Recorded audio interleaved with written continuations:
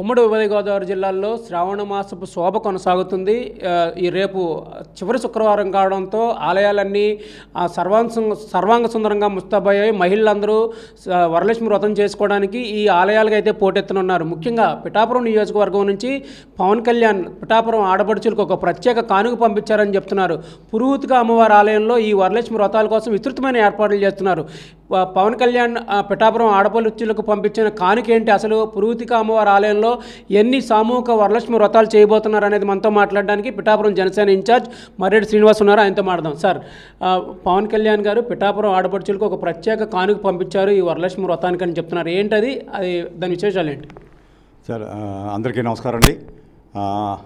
పిఠాపురం పురోహితిక అమ్మగారు టెంపుల్లో, కుకుటేశ్వరం టెంపుల్లో ఈ శ్రావణ శుక్రవారం అన్నది చాలా ఆనవాయితీగా వస్తుంది.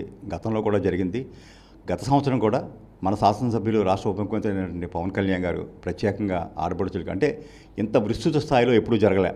లాస్ట్ టైం కూడా 10,000 చీరల పంపిణీ జరిగింది. ఈ ఏడాది కూడా 10,000 చీరలు పంపించారు. అవన్నీ కూడా ప్యాకింగ్ అవి అవుతున్నాయి. అదేవిధంగా ఎందుకంటే ఇది ఒక ప్రత్యేకమైనటువంటి పిఠాపురం వాసులందరూ కూడా కుకుటేశ్వరం స్వామి, పురోహితిక అమ్మవారు అన్న ప్రత్యేకమైన సెంటిమెంట్ ఉంది.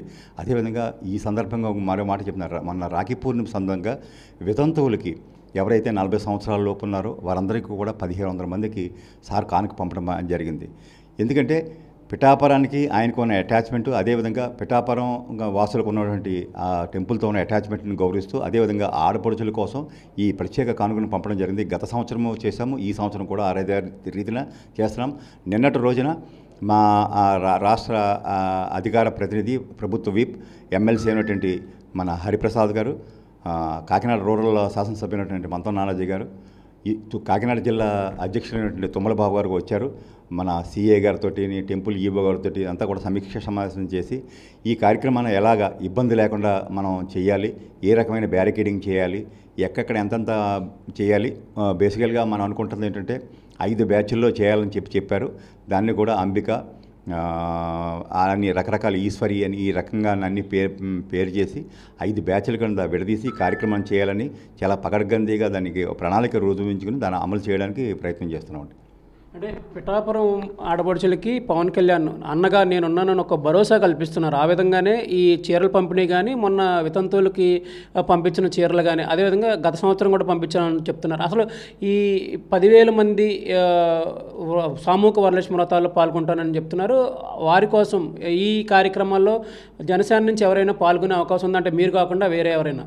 తప్పకుండా. లాస్ట్ టైం కూడా మన నాగబాబు గారు మిస్సెస్ ఇందులో పార్టిసిపేట్ చేశారు. ఈ ఏడాది కూడా వారు రిక్వెస్ట్ చేసాం. ఇంకా అయితే కన్ఫర్మ్ కాలేదు. మన హరిప్రసాద్ గారు వస్తారు, అలాగే మన నానాజీ గారు, మన తుమ్మల బాబు గారు అంతా కూడా ఈ 3 రోజులు కూడా ఇక్కడ ఉండి పర్యవేక్షణ చేయమని మన అధ్యక్షులు వారు ఆదేశం చేయడం జరిగింది. ఆ రకంగానే ఈ కార్యక్రమం సాగుద్ది. తప్పకుండా చాలా జయప్రదంగా సాగుతున్న వాతావరణం కూడా అనుకూలించాలని మేము అంతా కూడా కోరుకుంటున్నాం. తప్పకుండా దీన్ని చాలా జయప్రదం చేయడానికి మేము విస్తృత స్థాయిలో ఈ కార్యాచరణ రూపొందించుకున్నాం.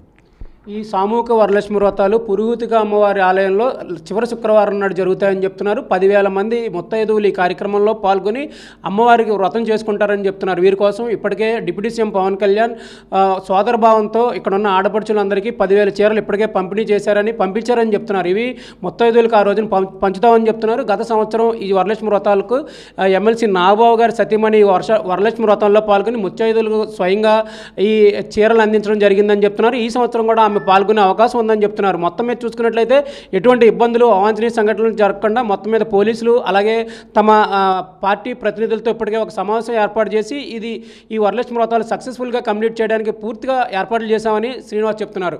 మెగా న్యూస్ కోసం వీడియో జర్నలిస్ట్ దొరబాబుతో ఉదయ్, పిఠాపురం నుంచి.